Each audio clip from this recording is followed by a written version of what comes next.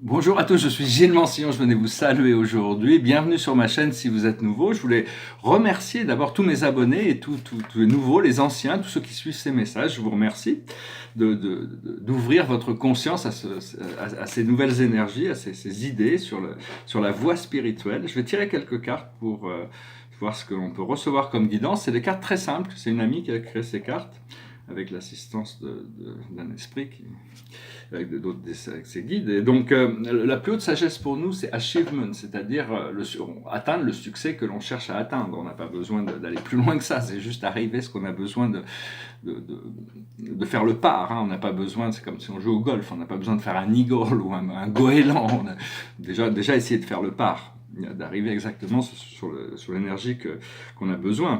On sait déjà, on a déjà cette connaissance de savoir ce que l'on doit faire, si on est un peu à l'écoute de soi-même. Ce que l'on doit comprendre, c'est les responsabilités. On a des responsabilités par rapport à notre vie terrestre et donc et par rapport à notre vie spirituelle. Donc qu'est-ce qui est important, qu'est-ce qui ne l'est pas, qu'est-ce qui doit être fait, qu'est-ce qui ne doit pas être fait. Se débarrasser des responsabilités qui sont inutiles, des choses c'est des poids que l'on trimballe, mais assumer la responsabilité de notre vie personnelle, quoi, de savoir les choses qui sont importantes. Ce que l'on doit faire, c'est le Pathfinder, c'est-à-dire le guide de la voie terrestre. Il faut naviguer dans notre voie terrestre de manière à pouvoir faire cette transition au travers des expériences de la vie terrestre. Et le message général, c'est la direction. Il faut rester dans notre direction ou changer de direction quand on s'aperçoit qu'on ne va pas dans la bonne direction. De toute manière, il faut toujours se réajuster. Hein. Il y a toujours des nécessités d'ajustement par rapport au moment présent. Alors je tirerai aussi une carte pour voir par rapport à ce que les anges peuvent nous communiquer aujourd'hui. Une carte, ça devrait suffire pour voir quel est le message de la journée. Et ce message de la journée, c'est l'apprentissage. On est vraiment en train d'apprendre des choses, on est en train de se préparer. Ça correspond à ce que je voulais dire, c'est que bon, des fois, quand on s'ouvre à la conscience unifiée, la vie, nous on a oublié nos mémoires, mais cette conscience qui est Dieu n'a rien oublié, c'est tout. Et donc il peut nous rappeler des choses qui peuvent être douloureuses. Des fois il y a des mémoires qui reviennent, et donc des fois on a un peu l'impression que bon, la vie nous sabote. Hein. Ça peut être à travers des déceptions sentimentales, des échecs professionnels, des catastrophes naturelles, des maladies, ces choses-là sont là en réalité pour nous apprendre. C'est pas facile à accepter ça, mais le but de tout ça, c'est se forger un caractère véritable jusqu'au moment où on peut découvrir notre âme éternelle, et à ce point-là, on sera incassable, on est éternel. Hein, on peut reconnaître l'âme, reconnaître son âme, c'est déjà reconnaître Dieu, parce que l'âme est éternelle et divine. Donc c'est important de travailler sur cette reconnexion et apprendre à faire le vide. C'est dans le silence qu'on peut commencer à engager des conversations avec l'univers, des conversations avec Dieu, des conversations avec le monde spirituel. L'âme, c'est très important parce qu'il y a l'esprit d'un point de vue supérieur, tout est un. Donc il n'y a pas de différence. Le monde matériel n'est qu'une projection de l'esprit. Mais j'avais été surpris une fois de lire que la lumière était une énergie non spirituelle de Dieu. Et puis ça m'a pris du temps pour comprendre, mais en réalité la lumière n'est pas spirituelle. La lumière, c'est le moyen c'est le moyen qui est donné entre le monde matériel et le monde spirituel. La lumière, la connaissance, c'est ce qui c'est tout cet univers morantiel, ça s'appelle, qui est un univers qui a été créé entre les mondes spirituels et les mondes matériels. C'est des univers de transition, mais bon, qui ont quand même sont tous de nature paradisiaque. La lumière, dans la lumière, il y a une intelligence infinie qui est encodée dans la lumière. C'est des choses on va redécouvrir d'un point de vue scientifique. Alors il y a un point de vue que je voudrais aussi, hier je voulais dire, abandonner toute culpabilité. Avant-hier je parlais d'abandonner la peur. Bon, c'est des concepts qu'on peut accepter mentalement, mais il faudra besoin de travailler pour laisser tout ça derrière. Aujourd'hui, ce que je veux dire, c'est qu'il faut rien prendre au sérieux. C'est un peu comme Démocrite, pouvoir rire de tout, ou Maitreya, le maître guide de Bouddha.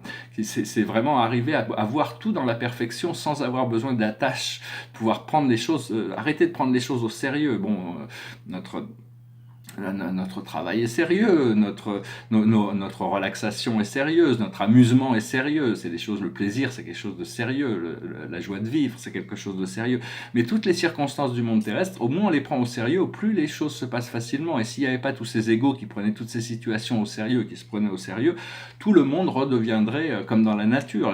Dans la nature, les animaux, tout le monde trouve sa place, il y a un équilibre naturel qui se fait, et donc c'est vraiment arriver à se détacher, essayer de devenir plus léger, d'avoir moins de jugement, Et parce que la vie a été créée simple, une simplicité, tout est très simple. Mais avec ça, il y a aussi l'univers, c'est infiniment complexe, et donc il y a à la fois la simplicité et la complexité. Ce qu'il faut, c'est arriver à rendre notre vie suffisamment simple pour pouvoir en profiter. Même si on doit... Et comprendre que l'opposé de l'amour, c'est pas la haine, c'est la peur. Et donc il faut savoir qu'est-ce qui est vrai, il y a des vérités notre vérité, elle change tous les jours. C'est arriver à s'adapter, libérer toutes les formes de drame, et comprendre qu'on doit tourner vers le flot intérieur plutôt que le flot extérieur. Hein. C'est le flot intérieur qui va nous amener à cette sérénité et lucidité, tout en comprenant que l'amour romantique, l'amour terrestre est incroyable, merveilleux, c'est une force d'évolution. Mais personne ne peut dire, quand on tombe amoureux de quelqu'un, que la relation va devenir durable, hein, on ne peut pas savoir. Alors que la connexion avec notre source, avec Dieu, une fois qu'on l'a créée, elle est éternelle. Dieu ne nous rejettera pas, comme on peut rejeter une relation. À un moment donné, il y a des relations, on a vécu ce qu'on avait besoin de vivre, puis on se sépare, puis on passe à autre chose. Mais cette relation avec la source, cet amour inconditionnel, est vraiment essentiel. Quand on a découvert ça, on a tout trouvé. Hein. Et donc savoir que toutes les croyances ont besoin d'être désactivées. Les croyances, c'est des pensées qu'on n'arrête pas de penser, comme disait Abraham X. Et puis il faut aussi apprendre à essayer d'enlever le pied du frein, mais enlever le pied de l'accélérateur aussi. On veut pas que ça aille trop vite, on veut pouvoir avoir le temps d'intégrer les choses. Voilà, donc en essence, c'est ce que je voulais venir communiquer. Et je tirais 4 cartes par rapport à la cache, par rapport à ce sont les triggers d'aujourd'hui. Alors la plus haute sagesse, par rapport à cette akash, cette mémoire, tout revient dans la mémoire. Retrouver ses mémoires, c'est se retrouver soi-même. C'est des mémoires qu'on a oubliées, c'est les arts. La plus haute sagesse, c'est les arts, l'appréciation des arts, l'utilisation des arts. Les arts, ça peut être la littérature, la poésie, la musique, la danse, l'architecture, le cinéma, le théâtre, la peinture, la sculpture. Enfin, il y a toutes sortes d'arts qui sont là, on peut créer, mais on peut aussi les apprécier. Et donc, c'est utiliser les arts comme comprendre que l'art, c'est ce qui nous a été donné pour découvrir le beau, pas le vrai ni le bon. Le bon, pour découvrir le bon, on doit se tourner vers la philosophie. Pour découvrir le vrai, on doit se tourner vers la science.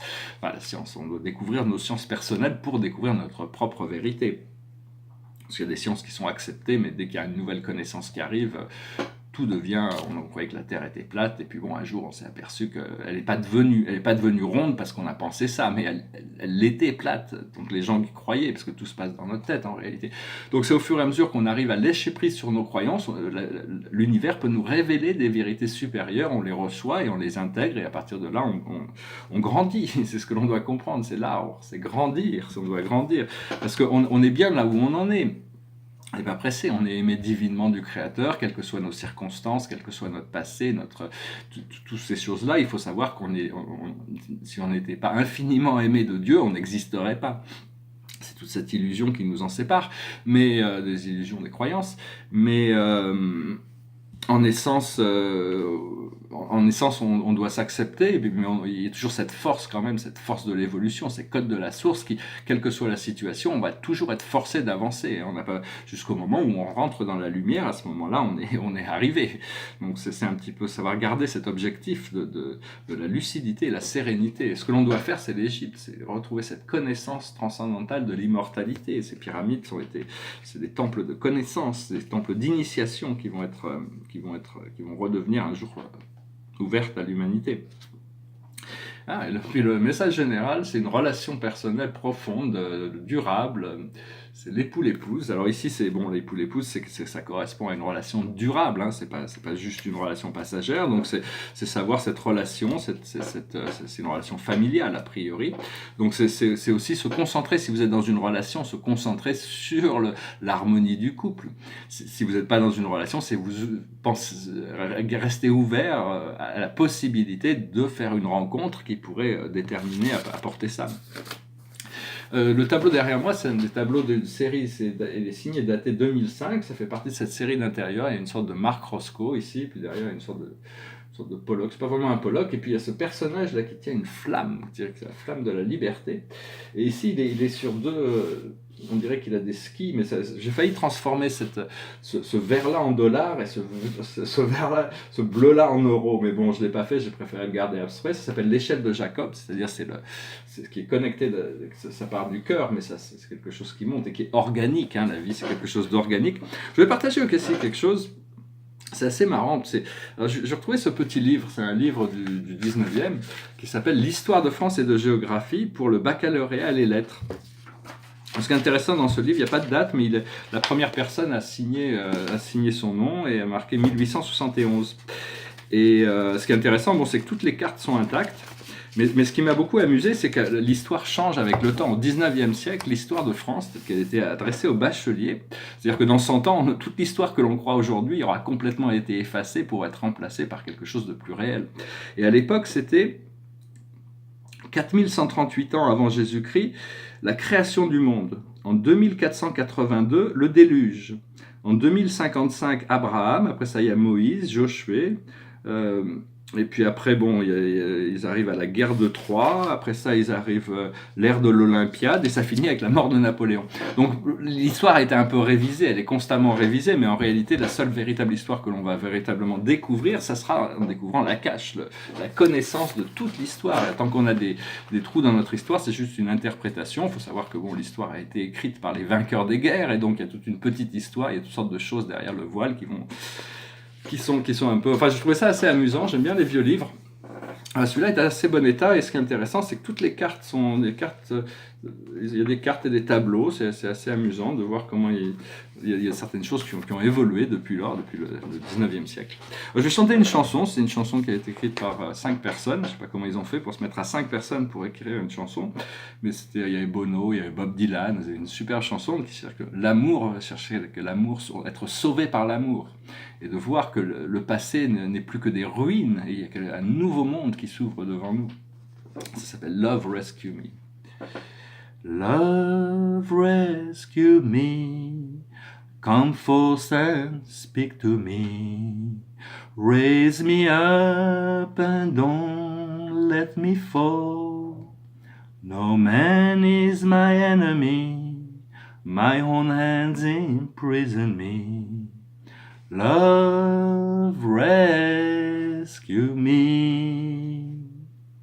Many strangers I have met on the road to my regret. Many lost to seek to find themselves in me. They ask me to reveal the very thoughts they would conceal. Love rescue me. And the sun in the sky makes a shadow of you and I, stretching out as the sun sinks in the sea. I'm here without a name, in the palace of my shame. Say, love, rescue me. In the cold mirror of a glass, I see my reflection pass. See the dark shades of what I used to be. See the purple of her eyes, the scarlet of my lies. Love, rescue me. Yea, though I walk in the valley of the shadow, yea, I will fear no evil. I have cursed that rod and staff, they no longer comfort me. Love, rescue me. Sha-la-lam. Sha-la-la-la, sha-la, sha-la-la, sha-la-la, la-la-la-la. I said, love, love, rescue me. I said, love, climb up the mountain. Said, love, I said, love, oh my love, on the hill of the sun, I'm on the eve of the storm, and my words you must believe in. Oh, I said, love, rescue me. Oh yeah, oh yeah, oh yeah, yeah, I'm here without a name in the palace of my shame. I said, love, rescue me. I have conquered my past, the future is here at last. I stand at the entrance to a new world I can see. The ruins to the right of me will soon have lost sight of me. Love, rescue me. Je vous remercie d'être resté jusqu'à la fin. Je vous souhaite une excellente journée. Je vous remercie pour tout. Et puis, je vous dis à très bientôt. Namasté.